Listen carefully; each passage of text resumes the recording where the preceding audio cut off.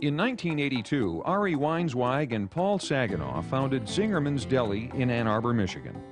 10 years later, the deli was a great success, with a reputation for excellent food and service, and the partners opened Zingerman's Bakehouse.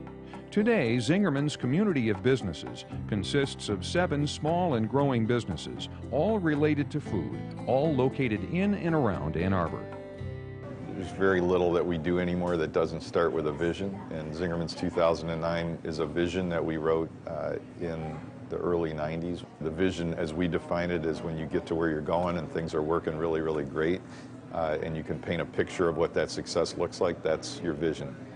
There's a million opportunities, and it's really more about what you want to end up with, and whether that has stuff to do with quality of life, how much money you want to make, where you want to work, what your work day is like, what the people who work in the organization feel about their work, what the community feels about you. There's really no right or wrong answers, but if you don't have answers, it's kind of random and reactive, and we're going for proactive and positive. That by 2009 we would have a Zingerman's community of 12 to 15 businesses. We didn't want to replicate the deli or other businesses. Each would have managing partner or partners in it, and that we would create this great organization that would work together sort of with these semi-autonomous businesses within it, but operate as one entity going forward. And that's what we're doing. Successful business growth like this relies on wise management decisions. One ingredient of the recipe for success involves understanding the principles of cost behavior, which varies substantially among their 7 businesses. Zingerman's Bakehouse is a good example. Fixed costs of baking this cake include the cost of the oven and of the building. The cost of the oven, for example, stays the same whether it's used to bake 1 cake or 100. The major variable cost is the cost of the ingredients.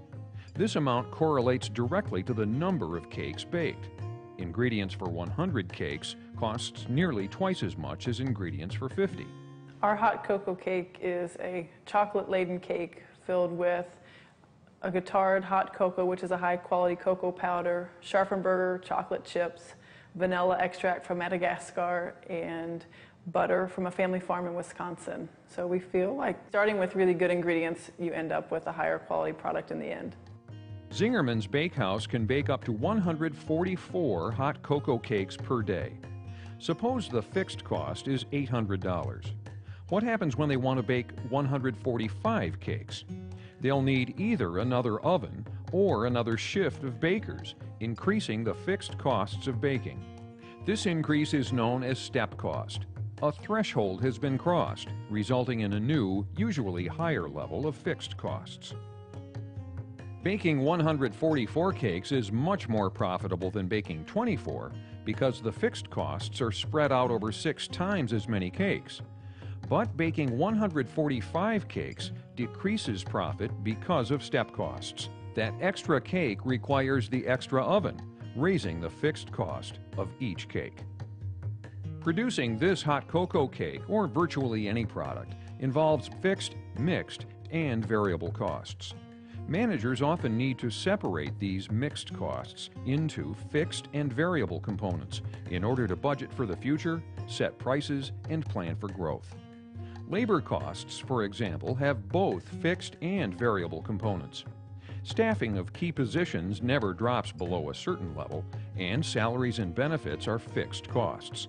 But peak periods require part-time or seasonal employees. Managing partners and some of the owners of the businesses affect a lot of the below-the-line costs, but because we are an open book financial company, we talk in our huddles weekly about our finances, about our sales, about our labor, about our food costs, and how we can influence those by watching our overtime, by controlling our waste, and seeing that effect on our gross margin. Zingerman's mail order and online services are in a different sort of business. In their mail order business, the cost per order varies with the seasons. Well, we start ramping up for our holidays pretty much now. So September is when we're really starting to look ahead. And we're going to be the busiest for about 7 weeks, the last couple weeks of November, and then all the way through December up until January. And our staff will go from 30 to 300, and that's a lot of people to train in a very short time. We've got to hold a lot more inventory, which means getting really big orders in before the holidays even hit. So we have to borrow money to have that. So we've got a lot of products sitting around in-house. We stay open till midnight in the bookings office, so keeping the place open and heated is another one of those costs. Parking's even a problem. We've got to rent a whole other parking lot from one of the businesses around here. But we do make sure that every person that gets hired on goes through what we call a passport, where they learn everything about Zingerman's, they learn everything about how to get paid, they learn everything about mail order. We send an enormous amount of catalogs for the holidays, upwards of 1 million, which is a huge marketing cost. You don't need a staff to take orders on the website. You need a staff to process those orders from the website, but that can be done by the same number of people that'll handle it during the normal year.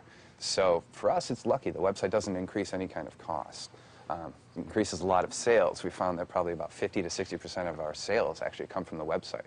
And the higher that number will go, the better for us, because it means we don't have to take the next step to staffing the phones.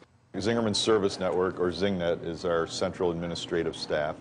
It's about at this point, we've grown it to about a 20-person staff probably for the whole organization, so it's really not that many people. They do HR, they do IT, they do marketing and graphics, they do some finance leadership and some accounting work, legal work. All of that comes out of the central staff. They also purchase some supplies together to take advantage of their buying power.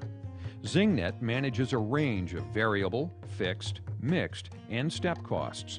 For example, ZingNet's payroll, benefits, and office rental costs are fixed, but the printing costs for marketing materials are mixed or variable, as are the costs of training seminars. Today, Zingerman's community of businesses includes 7 companies. All are successful, thanks in part to sound management decisions based on a good understanding of cost behavior. This has allowed the business to give back to the community.